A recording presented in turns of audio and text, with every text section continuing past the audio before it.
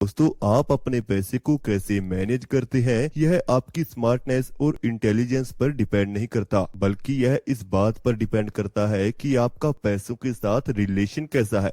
आपको पता है कि पैसे को मैनेज करना सबके बस की बात नहीं होती।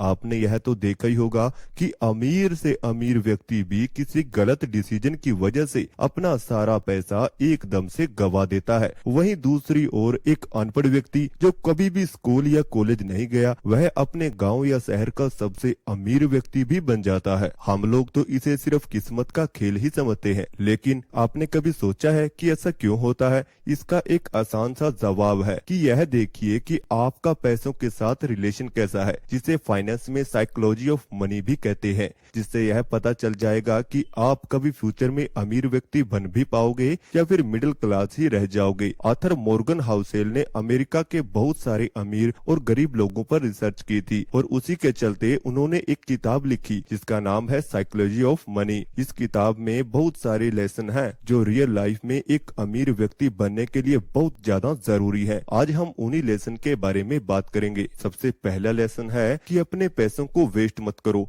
ऑथर बताते हैं कि जब उनके पास पैसा नहीं था तो वह एक होटल में काम किया करते थे और उस होटल में एक अमीर व्यक्ति हर रोज आया करता था और वो काफी अच्छी कंपनी में इंजीनियरिंग करता था और उसने काफी कम उम्र में ही अपनी स्किल के साथ करोड़ों रुपए कमा लिए थे। लेकिन अब कुछ महीनों से वह शराब का आदी हो गया था और उसका अपने पैसों के साथ रिलेशनशिप भी बहुत खराब हो गया। वह हमेशा अपने साथ नोटों के बंडल लेकर घूमता फिरता था और शराब के नशे में धुत रहता था। ऐसे ही एक दिन वह अमीर व्यक्ति अपने दोस्तों को काफी सारा पैसा देकर बोला कि जाओ और इन पैसों को सोनों के सिक्कों में बदलवा कर लेकर आओ। और जब उसके दोस्त उन पैसों को गोल्ड कॉइन्स में बदलवा कर ले आए तो उसने उनसे कहा कि चलो अब एक बीच पर चलते हैं। और बीच के पास जाकर उस व्यक्ति ने एक गेम खेलना शुरू कर दिया। उसने बोला कि जो भी इन सिक्कों को समुद्र में सबसे ज्यादा दूर तक फेंकेगा, आज के गेम का वही विजेता होगा। ऑथर ने कहा है कि जिस भी व्यक्ति का अपनी मनी के साथ ऐसा रिलेशन है जो अपने पैसे को शो ऑफ यानी दिखावा करने के लिए खर्च करते हैं, वो आने वाले समय में कर्ज के नीचे दबते चले जाते हैं, चाहे वह दुनिया का सबसे अमीर व्यक्ति ही क्यों ना हो। एक ना एक दिन वह अपना सारा पैसा गवा ही देते हैं। और दूसरी तरफ ऑथर ने एक रोनाल्ड रीड नाम के व्यक्ति की कहानी भी बताई है जो अमेरिका के एक छोटे से गांव के रहने वाले व्यक्ति थे। उसने अपनी जिंदगी के 17 साल तक एक सबवे पर और 25 साल तक एक गैस स्टेशन पर मैकेनिक का काम किया। लेकिन जब 93 की उम्र में उस व्यक्ति की मौत हुई तो पाया गया कि उसके पास टोटल वेल्थ 58 करोड़ की थी, जिसमें से उसने 43 करोड़ रुपए मरने से पहले ही डोनेट कर दिए थे और बाकी के 15 करोड़ रुपए अपने बच्चों के लिए छोड़ दिए थे। जब एक टीम ने रिसर्च की तो उन्हें पता चला कि रोनाल्ड को फाइनेंस के बिल्कुल भी नॉलेज नहीं थी। उन्होंने सिर्फ अपना पैसा एक ब्लू चिप फंड में इन्वेस्ट करके रखा था और इतना समय के अंदर पावर ऑफ कंपाउंडिंग की मदद से उनका पैसा बहुत बड़े अमाउंट में बदल गया था। ऑथर बताते हैं कि यह आप पर डिपेंड करता है कि आपका मनी के साथ रिलेशनशिप कैसा है। जरूरी नहीं है कि आपके पास फाइनेंस की पूरी नॉलेज हो, बस आपको अपने पैसों के प्रति नजरिए को बदलना होगा, जिससे आप भी काफी ज्यादा अमीर और सक्सेसफुल बन सकते हो।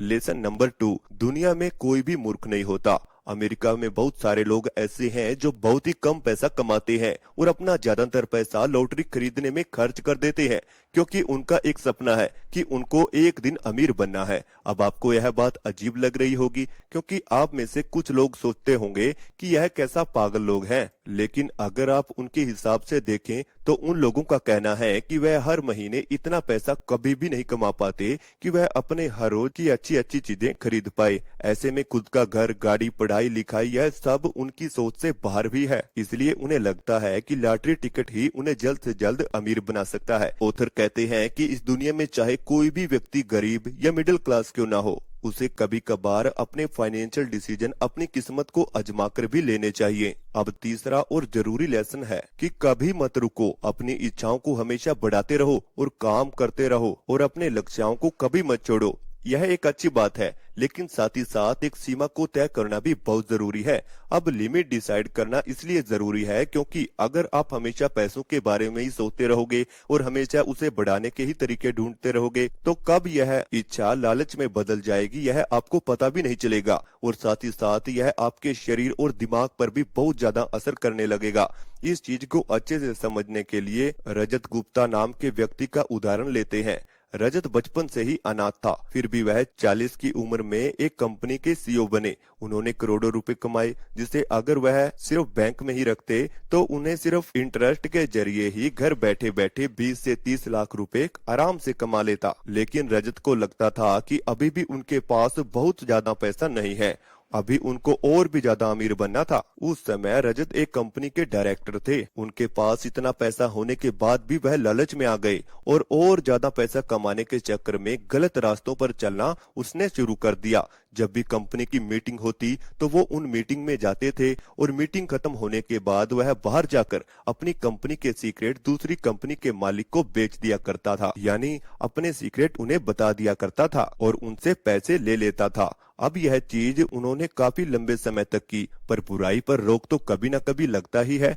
जब यह बात कंपनी के दूसरे लोगों को पता चली तो उन्होंने रजत के खिलाफ एक्शन लेना शुरू कर दिया, उनके ऊपर जल्द ही केस कर दिया और कोर्ट में दोषी साबित होने पर उन्हें गिरफ्तार भी कर लिया गया। इस एग्जाम्पल से ऑथर हमें यह समझाना चाहते हैं कि अपने फाइनेंशियल गोल को सेट करना और उसे पाने के लिए मेहनत करना और अंत में उसे पा लेना बहुत ही अच्छी बात है, लेकिन अपने लालच को बढ़ा लेना और उसे पाने के लिए गलत रास्ते अपनाना आपकी फाइनेंशियल लाइफ के साथ साथ आपकी सोशल लाइफ को भी खराब कर देगा। लेसन 4 कंपाउंडिंग ऑफ मनी के बारे में आपने पहले सुन ही रखा होगा। अगर आप एक सफल व्यक्ति बनना चाहते हैं तो आपको पावर ऑफ कंपाउंडिंग का पता होना बहुत ही जरूरी है, क्योंकि यह वह पावर है जिसने बहुत ज्यादा व्यक्तियों को अमीर बनाया है। अब किसी को भी देख लो, हर व्यक्ति पावर ऑफ कंपाउंडिंग की मदद से अपने पैसे को बढ़ाता है। पावर ऑफ कंपाउंडिंग को बहुत सारे लोग अपनी छोटी सी उम्र में ही समझ लेते हैं। उदाहरण के लिए वॉरेन बफेट का नाम तो सुना ही होगा। ये दुनिया के सबसे बड़े इन्वेस्टर हैं। जिस उम्र में बाकी के बच्चों को पैसों का पता ही नहीं होता, उस उम्र में वॉरेन बफेट ने इन्वेस्ट करना शुरू कर दिया था।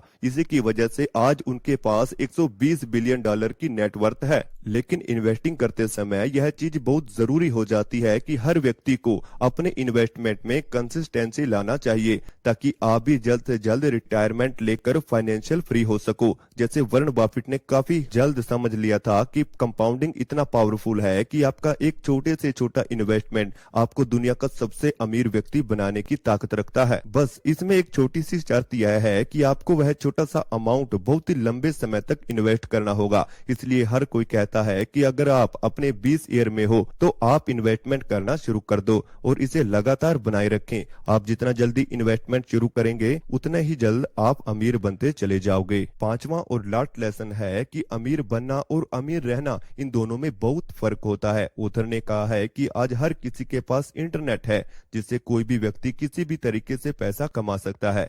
पर दिक्कत अमीर बनने में नहीं है, दिक्कत अमीर बने रहने में है। इस डिजिटल जमाने में अमीर बनना तो बहुत ही आसान है, लेकिन लंबे समय तक अमीर बने रहने में बहुत ही ज्यादा मुश्किल है। ज्यादातर लोग पैसा आने के बाद उसे तुरंत ही खर्च कर देते हैं। अमीर दिखने के लिए वे लोग अपनी लाइफ को जितना हो सके उतना खर्चीला बना लेते हैं, जबकि जो सच में अमीर होते हैं उन्हें पता होता है कि पैसों को कहां इस्तेमाल करना है, कितना खर्च करना है। आप भी अपने पैसों पर एक बजट बनाएं, उसे समझें कि आपका खर्च कितना है, आपको जो चीज चाहिए उसी पर खर्च करें। मुझे आशा है कि आपको यह वीडियो अच्छा लगा तो अपना प्यारा सा कमेंट इस वीडियो के नीचे जरूर छोड़ें और हमारे चैनल को सब्सक्राइब करें, बेल आइकन को प्रेस जरूर करें ताकि आने वाली वीडियो का नोटिफिकेशन आपके पास जल्द से जल्द पहुंचता रहे।